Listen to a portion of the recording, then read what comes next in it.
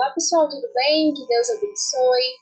Vamos voltar com a nossa quarta aula que nós estamos tratando da Lei Complementar 82 de 2011 e vamos falar hoje acerca do regime disciplinar. Essa aula ela está bem completa, eu trouxe vários conceitos para nós trabalharmos aqui hoje. Eu tenho certeza que ela será bem proveitosa. Fechou, pessoal? Bom, eu gostaria de só abordar um ponto importante que um aluno me perguntou, se não me falha a memória, não sei se foi nessa preparação, mas um aluno me perguntou acerca dos materiais. Gente, estou, na verdade, elaborando alguns materiais. Por quê? Porque aqui no canal, todas as aulas, elas são gratuitas, ou seja, eu não cobro nada pelas aulas. Porém, para a manutenção do canal, se vocês quiserem estar adquirindo os PDFs, os materiais em PDF, eu estou cobrando um valor simbólico de R$ 10 por todo esse material que a gente usa aqui. Então, se eu usar, por exemplo, teve um concurso que eu usei, acho que quase 300 slides, em média. Então, por todos esses slides, R$ 10. Ah, deu 400 slides. O valor de R$ 10 é um valor único e simbólico também. Fechou? Ok?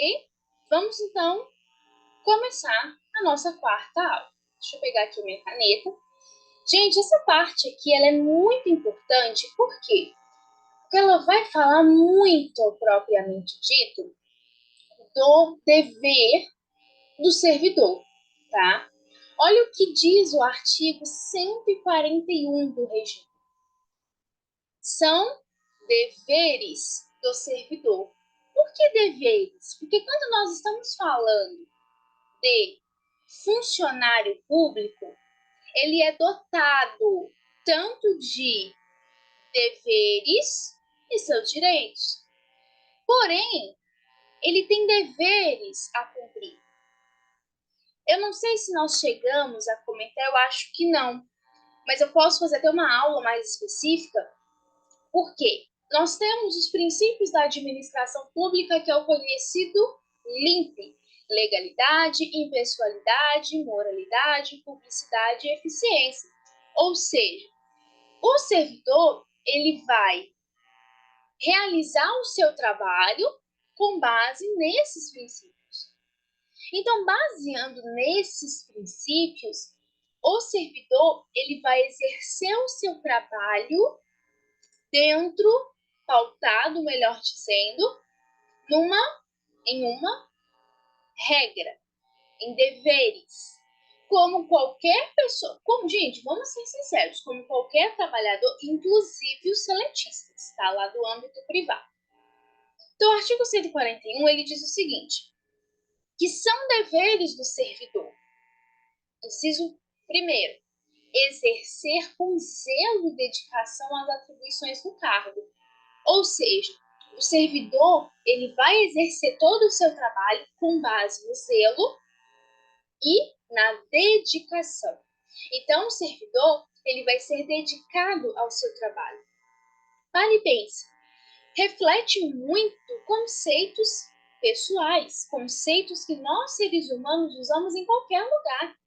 Se, por exemplo, você está estudando agora, você tem que ter dedicação.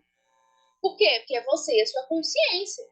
Você tem dedicação, você tem zelo com o seu ambiente de estudos, com o seu ambiente de trabalho. Inciso segundo, ser leal às instituições que servir. Ou seja, a lealdade que o servidor ele vai transmitir, ele vai passar para aquela instituição. Inciso terceiro, observar as normas legais e regulamentares. Então, por exemplo, esse LIMP da administração, onde está? Lá no artigo 37 da Constituição Federal. Quando nós temos, por exemplo, os regimentos internos, quando você tem ali a administração tratando de algum assunto em uma lei específica, vai ser observada, essas normas serão observadas para que o servidor ele venha exercê-las pautadas nessas normas e nesses regulamentos, tá? Exercer a sua profissão. Quarto, cumprir as ordens superiores. Porém, você tem uma exceção, exceto quando manifestamente ilegais, ou seja, a regra é que o servidor ele vai cumprir as ordens do seu superior, exceto quando essas ordens elas forem manifestamente ilegais. Então vamos imaginar que o superior ordene ao servidor que ele venha eventualmente exercer um dos crimes contra a administração pública que está lá no Código Penal, por exemplo. Então, se você tem essa questão em jogo, aí não. E nisso também, nós vamos falar ainda nessa aula acerca das responsabilidades do servidor, ok? As esferas que o servidor, eventualmente, diante de uma gravidade, de um ato, de uma ação ou de uma omissão, como ele vai responder a esse ato. Inciso 5º. Atender com presteza. Aí vem um rol do que seria esse atendimento. A linha A, ao público em geral. Ou seja, olha aqui o princípio da impessoalidade. Eu vou tratar todos da mesma maneira. Eu não vou prestigiar ninguém ou eu não vou menosprezar ninguém. Eu vou tratar todos da mesma forma. Então, ao público em geral, prestando as informações requeridas, ou seja, prestando ao público aquelas informações que forem pedidas, que forem solicitadas. Porém, tem-se uma exceção. Se eu falo de uma informação que é protegida por sigilo, aí não. Aí essas informações não devem ser passadas. Por quê? Porque elas estão protegidas por um sigilo. A linha B, a expedição de certidões requeridas para defesa de direito ou esclarecimento de situação de interesse pessoal. Então, se for requerido alguma certidão para que ou venha a ser requerida para a defesa ou para uma situação de interesse pessoal. Acontece muito, por exemplo, quando você tem determinadas situações, estágios, enfim, trabalho, o que eles pedem? Aquele, por exemplo, nada consta. Então, certidões que venham ser tanto de interesse pessoal para quem está requerendo, quanto também para a sua defesa. E a linha C, as requisições para a defesa da fazenda pública. Fechou? Inciso 6º. Outro ponto também que deve ser observado, os deveres do servidor. Deixa eu pegar aqui agora a minha caneta. Levar ao conhecimento, ou seja, levar ao conhecimento. Se o servidor ele tem conhecimento de alguma coisa que aconteceu, ele vai levar ao conhecimento da autoridade superior, então ele vai fazer com que aquilo que ele ficou sabendo venha chegar à autoridade superior. As irregularidades de que tiver ciência em razão do cargo. Ou seja, aqui nesse inciso nós temos muitas informações. Primeira delas, você começa a perceber que o servidor ele tem uma responsabilidade muito grande, que ele vai zelar por toda aquela instituição em razão do seu cargo. Então, se em razão do cargo, vamos imaginar que o Joãozinho venha ficar sabendo algo que aconteceu, uma irregularidade que aconteceu ali no seu setor, que deriva, ele tem ciência porque deriva da razão do cargo dele. O que ele vai fazer? Ele vai levar a autoridade superior. Aí você já pensa, então é uma responsabilidade que se tem dentro da administração pública. Então, se eu vi, eu não posso simplesmente fazer de conta que nada aconteceu. Eu vou levar o conhecimento da autoridade superior. Inciso 7º. Zelar pelo quê, gente? Pela economia do material e a conservação do patrimônio público. Então, por exemplo, assim, você pode optar por racionar papel, enfim, algo que venha ali custar muito à economia e também a conservação do patrimônio público é, como eu falo, é o mínimo que se espera do ser humano, né? Vamos lá. Nono, guardar sigilo sobre assuntos da repartição. E isso também é muito importante. Por quê? É como eu falo, você vai atuar de acordo com os princípios da administração pública. Então, a partir do momento que você tem ali consigo informações daquela repartição, você não vai espalhar na sua vizinhança. Você não vai espalhar para os seus vizinhos. Você não vai espalhar para seus familiares, os seus parentes. Você não vai fazer isso. Por quê? Porque são informações da repartição em que você vai estar atuando. O que nós vemos agora? A lealdade à instituição. 10.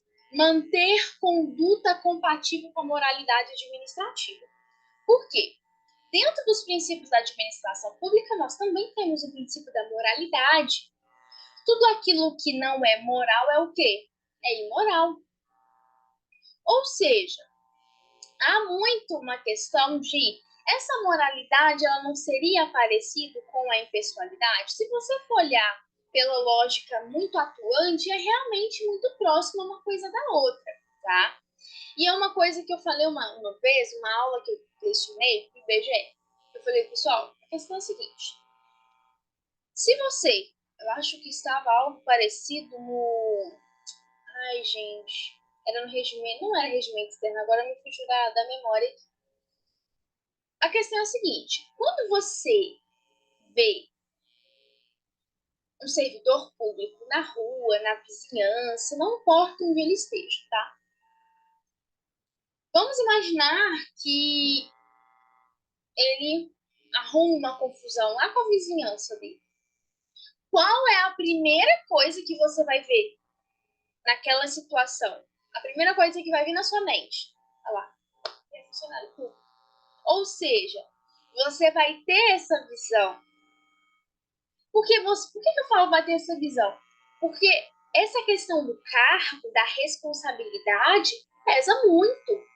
Então, a primeira coisa que a pessoa vai falar, ó, é um servidor público. Então, você precisa manter essa conduta compatível com a moralidade administrativa.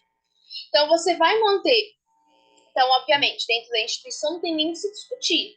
Mas você também vai procurar ter essa compatibilidade da moralidade administrativa fora também do seu ambiente institucional. Por quê? Porque você é um servidor público, você presta serviço à administração pública, tá? 10º. Oh, gente, perdão. Era 10º, era 9º. 10. Ser assíduo e pontual no serviço. Gente, é o mínimo, tá? É como eu falei, isso não é só no âmbito da administração pública, não, tá? Isso é no âmbito da administração pública direta, indireta, relações da CLT, né, trabalhistas, regime privado. Gente, isso é em qualquer lugar. E não é só no regime de trabalho, né, de labor, qualquer seja o seu compromisso. 11. Tratar com urbanidade as pessoas. E 12. Representar contra a ilegalidade, omissão ou abuso de poder. Aí vem o parágrafo único e te diz o seguinte, que a representação aqui do inciso 12, que é essa representação contra a ilegalidade, omissão ou abuso de poder, ela será encaminhada pela via hierárquica e vai ser apreciada por uma autoridade superior àquela contra a qual foi formulada, assegurando-se ao representado a ampla defesa. Ou seja, essa representação contra ilegalidade, omissão ou abuso de poder, você tem essa apreciação pela autoridade superior. E você também vai garantir ao representado, ao servidor, a ampla defesa. E nós temos isso até quando nós estamos falando lá do processo administrativo. Só que aí vem a seguinte questão. Se eu falo de deveres, eu posso também, infelizmente, falar que algum servidor não venha cumprir esses deveres. E aí recai sobre ele uma responsabilidade. Só que essa responsabilidade, pessoal, ela não vai ser, em tese, né, não é obrigatória ser em apenas uma esfera. Como assim, Rebeca? Eu posso ter uma responsabilidade do âmbito civil, do âmbito administrativo, do âmbito penal. Oi? É. Então, o funcionário ele pode responder no âmbito civil, administrativo e penal. Então, civilmente, administrativamente, penalmente. Essas três esferas, elas são independentes entre si. Ou seja, se o servidor fala assim, eu não vou cumprir, não vou passar pelo processo administrativo porque eu já reparei mandando lá no âmbito civil. Ou eu já cumpri uma penalização lá no âmbito penal. Não. Uma independe da outra. Uma independe da outra. O fato de ter respondido na esfera civil não exclui, não, o servidor não ganha imunidade do âmbito administrativo e do âmbito penal. E para trazer essa explicação, eu me utilizei da doutrina da professora Maria de Pietro, que é uma doutrinadora do âmbito do direito administrativo, e também usei do direito administrativo estudo simplificado da editora Mizuno, que para quem já acompanha aqui o canal sabe que o Desafiando Concursos possui uma parceria com a editora Mizuno. Sou super fã da editora, tenho vários livros jurídicos. Se você quiser, assim que terminar essa aula, corra lá no Google, coloque www, falei 4 Ws, enfim, e coloque lá a editora Mizuno, inclusive nessa Black Friday, dependendo do horário, do tempo, da data que você estiver assistindo. Eu estou gravando essa aula no dia 26/11/2023, mas eles estão fazendo uma Black Friday por livros entre 20, 15 e 10 reais. Inclusive, um de direito administrativo ainda também. Corra lá. Bom, voltando aqui. Deixa eu só tomar uma água, pessoal. Voltando aqui. Se eu falo de uma responsabilização do âmbito civil, onde eu vou me buscar de uma base para eu poder entender? Deixa eu só fechar aqui. Estão estourando foguetes, não sei porquê, mas eu vou fechar aqui, tá? Vamos lá. No âmbito civil, nós precisamos nos remeter ao artigo 186 do Código Civil. O Código Civil, no seu artigo 186, ele diz o seguinte: aquele, ou seja, o que nos dá a entender aqui? Qualquer pessoa. Enfim, suponha que isso é sido qualquer. Qualquer pessoa, seja por ação ou seja por omissão. Ou seja, tanto o agir daquela pessoa quanto o omitir. Então, aquele que por ação ou omissão voluntária, ou seja, teve a intenção tanto de agir ou de omitir, né? Agir ali no agir da omissão, né? Que eu posso dizer, negligência ou imprudência. Se violar algum direito e causar dano a outrem, ou seja, a terceiros, ainda que exclusivamente moral, ou seja, ainda que venha causar, violar direito ou causar o dano, mesmo que esse dano seja moral, comete ato ilícito. Então, o artigo 186 do Código Civil, ele te remete ao que seria o ato ilícito.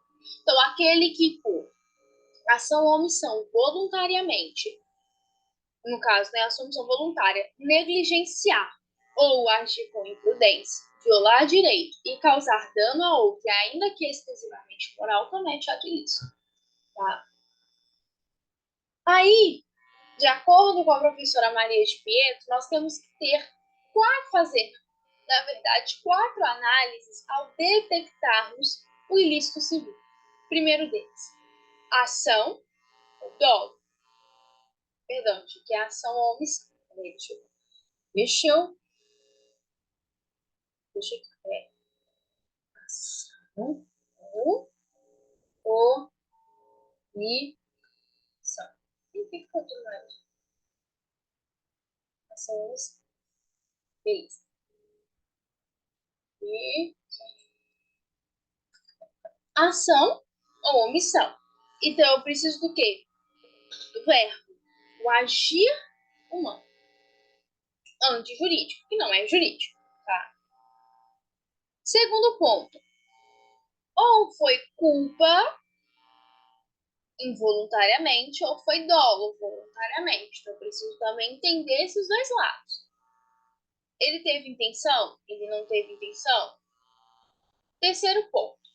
Eu preciso ter uma relação, um nexo. No direito nós chamamos de nexo causal. O que é um nexo causal? É a relação entre a causa da ação e o dano verificado. Ou seja, eu preciso ver relação entre a causa daquele ato, daquela omissão, e o dano que foi verificado decorrente daquela suposta ação, daquela suposta omissão. Se eu não vejo nexo entre ambas as ações, entre a ação ou omissão, ou o dano que foi verificado, não tem como eu falar isso. Eu preciso ver esse nexo de causalidade. E a quarta, dano material ou dano moral, que é o que me diz o artigo 186. Mesmo que o dano ele seja exclusivamente moral, tá? Só que eu também posso falar em uma responsabilização administrativa. O servidor ele vai responder administrativamente pelo ilícito administrativo que estão definidos na legislação, ou seja, apresenta os mesmos elementos básicos do direito civil: ação ou omissão, seja contrária à lei, culpa ou dolo da ação daquele agente e o dano que foi causado. E nesse nexo de causalidade da ação e omissão com o dano que foi averiguado. No processo administrativo, então, obviamente, você tem resguardado o quê? O contraditório e a ampla defesa, é o que me diz a Constituição, tá? Qualquer seja processo judicial ou processo administrativo, você tem assegurado contraditório e ampla defesa. Um exemplo mais comumente do meio de apuração no âmbito administrativo é o PAD, que é o processo administrativo disciplinar. Fechou? Bom, e para fechar essa explicação aqui desse ponto de responsabilidades, nós temos a esfera penal. Como que eu tenho uma responsabilização penal? Quando o servidor ele pratica atos que possam ser considerados como crimes ou contravenções. Por isso que o Código Penal ele te traz um rol, começando com o peculato, dos crimes praticados pelo funcionário contra a administração. Deixa eu pegar aqui o meu Código Penal. Não, faço meus abstraídos.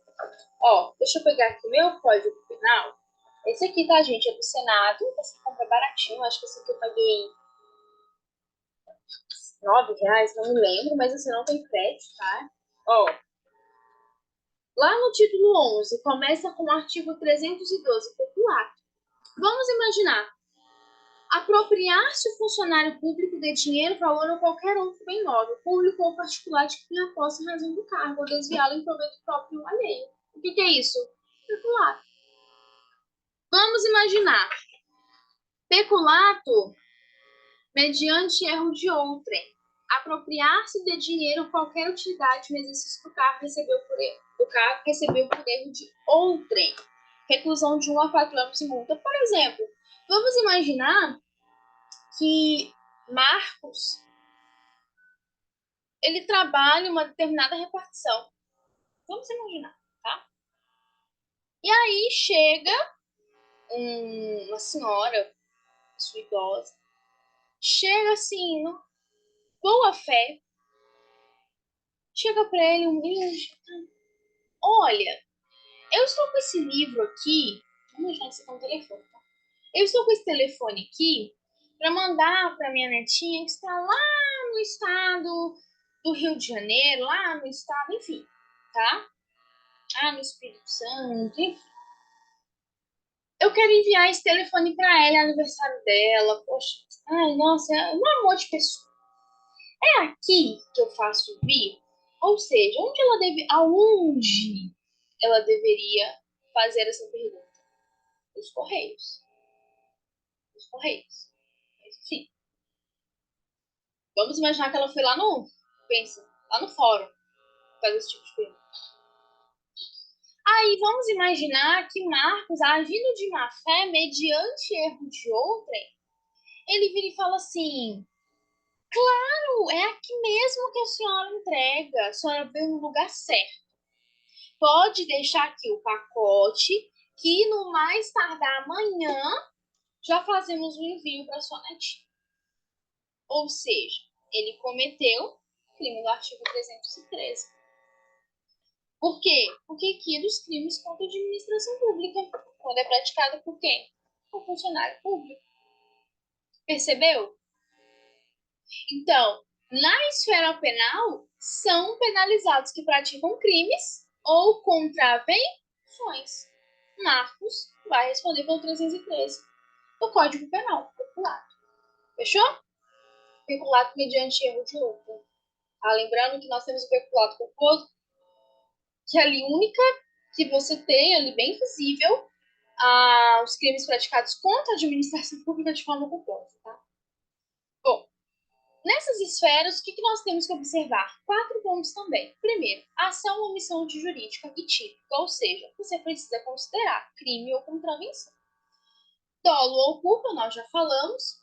Então, por exemplo, nesse caso aqui, Marcos agiu com dolo. 3, relação de causalidade entre a conduta e o dano. E o quarto, dano ou perigo de dano. Um exemplo, uma tentativa. Então você pode ter tanto dano ou o perigo de ter causado um dano. Fechou? Bom, pessoal, só que aí o Snoopy aqui, ó, veio pedir a sua atenção por alguns minutos. Eu estava elaborando esse material e eu falei, gente, eu não sei se eu cheguei a falar com os alunos acerca do que é ou do que seria o cargo em comissão.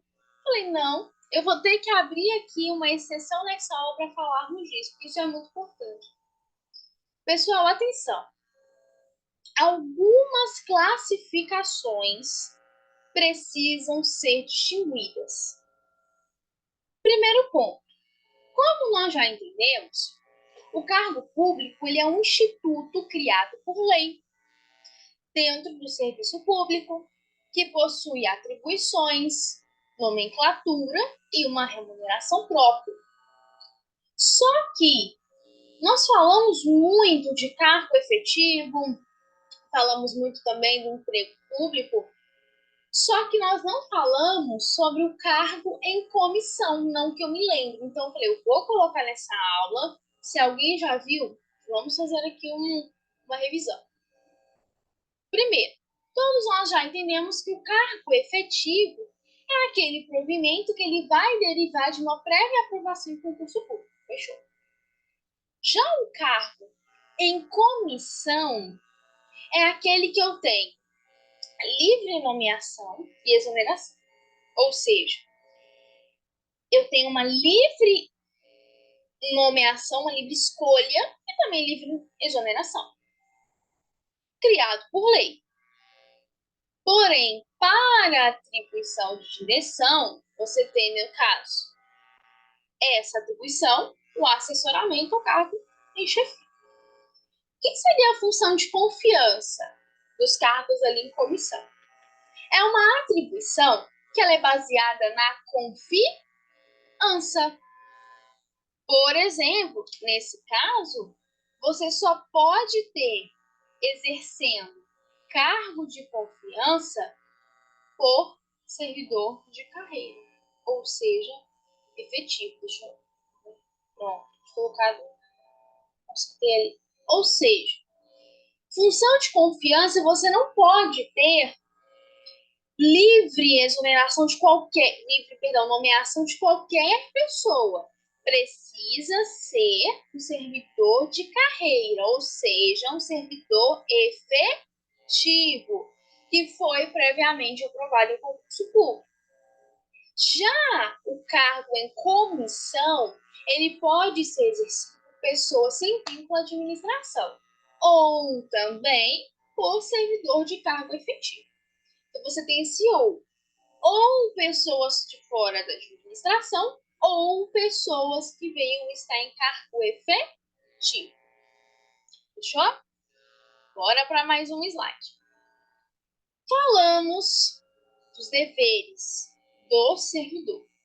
Agora nós precisamos entender também quais são as proibições, o que você não pode fazer como futuro servidor. Vem comigo, artigo 142. Inciso primeiro. Ausentar-se do serviço durante o expediente sem uma prévia autorização do chefe imediato. Ou seja, é proibido, Rebeca, eu me ausentar, eu precisei sair às pressas, comprar alguma coisa. Eu não posso sair? Você pode. Porém, você precisa de uma prévia autorização. Aqui, o proibido, a proibição é você se ausentar durante o seu expediente sem prévia autorização. Ou seja, você se ausenta do serviço e não tem autorização para se ausentar. Essa é a proibição. 2. Segundo, retirar sem prévia anuência da autoridade competente qualquer objeto ou qualquer documento objeto da repartição. Ou seja, se eu falo em retirar da repartição, porque está lá dentro da repartição. Então, o servidor, ele não. Então, quer dizer que ele não pode sair com. Não pode retirar nada da repartição? Não é isso. Retirar sem uma prévia anuência da autoridade competente. Como que você vai tirar algo da repartição? Da administração? Nada que está na administração, você tem a posse ali, né? No sentido assim, não é seu. Tá? Então, se esse livro está lá, não é meu. Isso no direito administrativo é muito importante. Porque o administrador, ele cuida daquilo para a administração. Ele não tem, sabe? Não é, por exemplo, como um carro que você tem o seu carro, o carro é seu, você faz o que você quiser. Se você quiser pintar de rosa, você pinta. Se você quiser. Não é assim. Na administração, não. Na administração, o administrador, ele cuida do que é da administração. Tá? Terceiro, recusar fé a documentos públicos, tá? Não dar fé aos documentos públicos. Quarto, opor resistência injustificada ao andamento de documento ou processo de execução. Ou seja, uma oposição injustificada no andamento de algum documento ou algum processo de execução. Vamos lá. Quinto, promover manifestação de apreço ou desapreço no recinto da repartição. Sexto, cometer a pessoa estranha à repartição. O que é pessoa estranha à repartição? Pessoa que não faz parte da repartição. Ou se você fala de, vamos imaginar, de um exercício estranho à administração, é algo que não compete à administração pública. Então, pessoa estranha é pessoa de fora, que não faz parte da administração, tá? Então, cometer a pessoa estranha à repartição, fora dos casos previstos em lei, o desempenho de atribuição que seja da sua responsabilidade ou do seu subordinado. Então, por exemplo, eu não tô, você é servidor, você não vai chamar um familiar seu e falar, olha, vem cá, faz um serviço aqui, essa atribuição aqui é minha, mas faz, por favor, você não vai fazer isso, tá? Vamos lá. Sétimo, coagir ou aliciar subordinados, no sentido de filiar-se à associação profissional ou sindical a partido político, ou seja, vai coagir, né, obrigar, ou enfim, a pessoa a se filiar, seja alguma associação, que não é proibido, tá? Mas você não vai obrigar a pessoa, uma associação ou a partido político. Oitavo, manter sob sua chefia imediata, em cargo ou função de confiança, cônjuge, companheiro ou parente do terceiro grau civil. Ou seja, você não vai manter em cargo ou função de confiança cônjuge, companheiro ou parente do terceiro grau civil. tá? Ok. 10º. Achei, gente, que era meu gato aqui, mas não. Peraí. Eu achei que fosse meu gato. Não. Enfim, gente. Achei que fosse. Teve uma aula que o meu gatinho começou a miar na porta. E eu estava respondendo questão e meu gatinho miando. Miando, miando, miando, miando.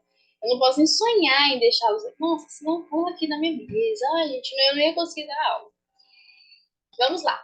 10. Valer-se do cargo para lograr proveito pessoal de outrem, ou em detrimento da dignidade de função pública. Ou seja, você não vai se valer do cargo que você tem para você lograr algum proveito, ou seja, para você tirar algum proveito, tá, daquele seu cargo.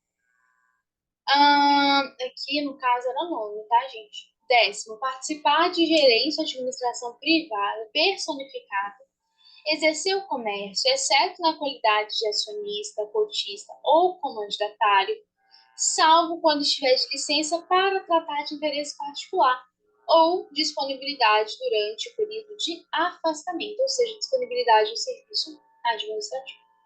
11. Atuar como procurador ou intermediário junto a repartições públicas, salvo quando se tratar de benefícios previdenciários ou assistenciais de parentes até o 2º grau de cônjuge ou companheiro. 13. Receber propina, comissão, presente ou vantagem de qualquer espécie em razão de suas atribuições. Isso aqui, gente, é um probleminha, tá?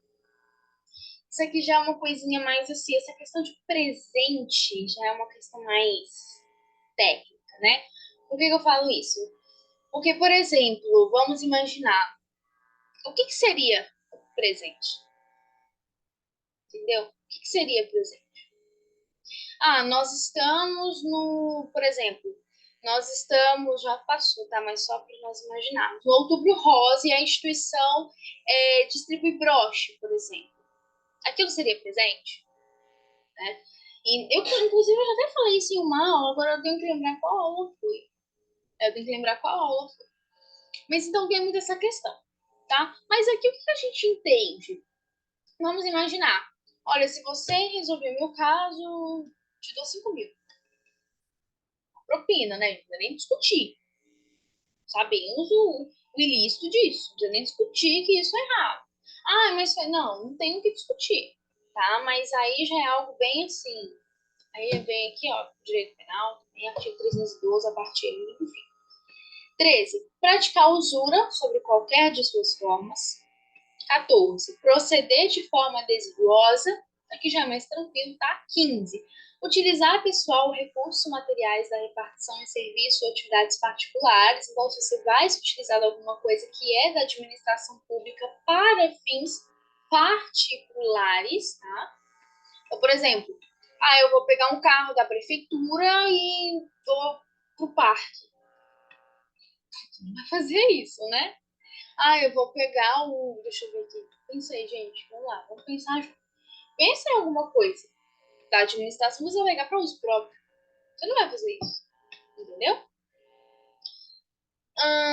16. Cometer a outro servidor atribuições estranhas ao cargo que ocupa, exceto em situações de emergência transitórias. Ou seja, em regra, você não vai ficar passando as suas atribuições a outro servidor. Aí aqui já é diferente.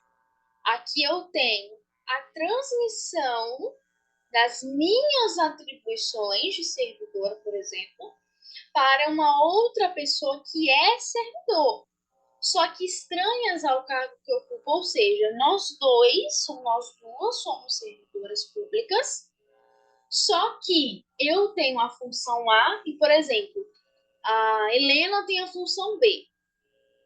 Eu não posso pegar a minha função, minha atribuição e falar, Helena, passa para mim. Eu só vou fazer isso em casos excepcionais. Em 2 casos, situação de emergência ou situações transitórias. 17. Exercer quaisquer atividades que sejam compatíveis com o exercício do cargo, função e com o horário de trabalho. E 18. recusar-se a atualizar seus dados cadastrais quando for solicitar, também é um problema, né? Vamos lá. Para finalizarmos, acerca da acumulação.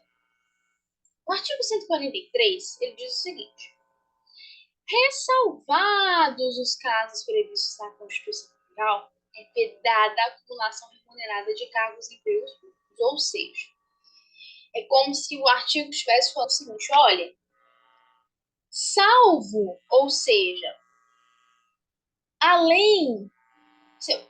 Vou deixar algo mais claro, ressalvar. É tipo assim: ó, salvo ou tirando os casos da Constituição, é proibido a acumulação remunerada de cargo e emprego. Parágrafo 1º. Essa acumulação de cargos, ainda que ela seja lista, ou seja, ainda que ela esteja lá na Constituição, fica condicionada à comprovação da compatibilidade horária. Então, obviamente, não dá para você querer ser ali, né, o flash da vida. Você vai estar num lugar exercendo o seu trabalho aqui, em outro momento você vai estar ali exercendo outro trabalho, em outro local, em outro horário. Tá? Então, você precisa ter compatibilidade de horários. Parágrafo 2º. A proibição de acumular, ela estende-se a quem, gente? A empregos e funções. Empregado público, também. Abrangendo quem? A autarquia, fundações e empresas públicas, as sociedades de economia mista e as suas subsidiárias. Ah, então se estende a administração pública indireta? Correto. Você sabe, autarquia, fundação, empresa pública, sociedade de economia mista e as suas subsidiárias, ou seja, aquelas que eventualmente vão prestar ali algum tipo de serviço, são parte da administração pública indireta, tá? Ok? Deixa eu parar aqui para mudarmos de material. Vamos lá. Último slide dessa aula. Artigo 144. O servidor, ele não poderá exercer mais de um cargo em comissão, exceto no caso previsto no parágrafo único do artigo 9º desta lei complementar, nem ser remunerado pela participação em órgão de deliberação coletiva. Artigo 145. O servidor vinculado ao regime desta lei complementar, ou seja, os estatutários, que acumular licitamente 2 cargos efetivos, quando investiu em cargo de provimento em comissão, ele fica afastado de ambos os cargos efetivos. Ou seja, vamos imaginar, o servidor, ele está acumulando licitamente, tá, de forma legal, 2 cargos efetivos. Se ele for, por exemplo, cargo de confiança, ele é nomeado para cargo de confiança, ele fica afastado dos 2 acúmulos que ele tem. Porém, você tem uma exceção, salvo na hipótese que houver compatibilidade horária e local com o exercício de um deles, declarada pela autoridade máxima do órgão ou entidade envolvida. Fechou? Bom, pessoal, chegamos ao término dessa aula, ou seja, na aula 4. Na aula 5, nós vamos dar continuidade a todo esse assunto que nós estamos tratando. Ok? Eu sei que essa aula ficou um pouco grande, mas foi necessário. Porque o tempo vai passando, nós precisamos acelerar os nossos estudos, senão ficamos parados no tempo. Bom? Fiquem com Deus, Deus abençoe. Até a nossa próxima aula. Um grande abraço. Fiquem com Deus. Tchau, tchau.